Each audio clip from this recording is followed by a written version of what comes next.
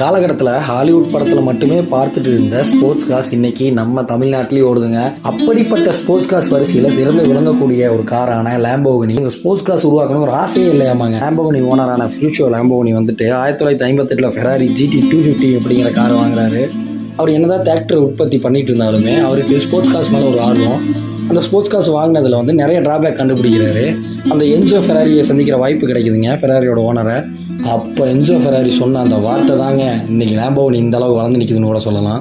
Tractor உருவாக்குற உனக்கெல்லாம் காரை பற்றி என்ன தெரியும்? அது ஸ்போர்ட்ஸ் காரை பற்றி போய் டிராக்டர் உருவாக்குற வழியை பாரு. அந்த அவமானத்தை அவர் வாழ்க்கையோட வெடிபொருளாக பயன்படுத்தி அப்போ அவர் சொன்ன வார்த்தை என்ன தெரியுமா?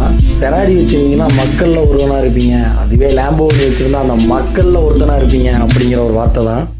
You buy a Ferrari when you want to be someone. You buy a Lamborghini when you are someone.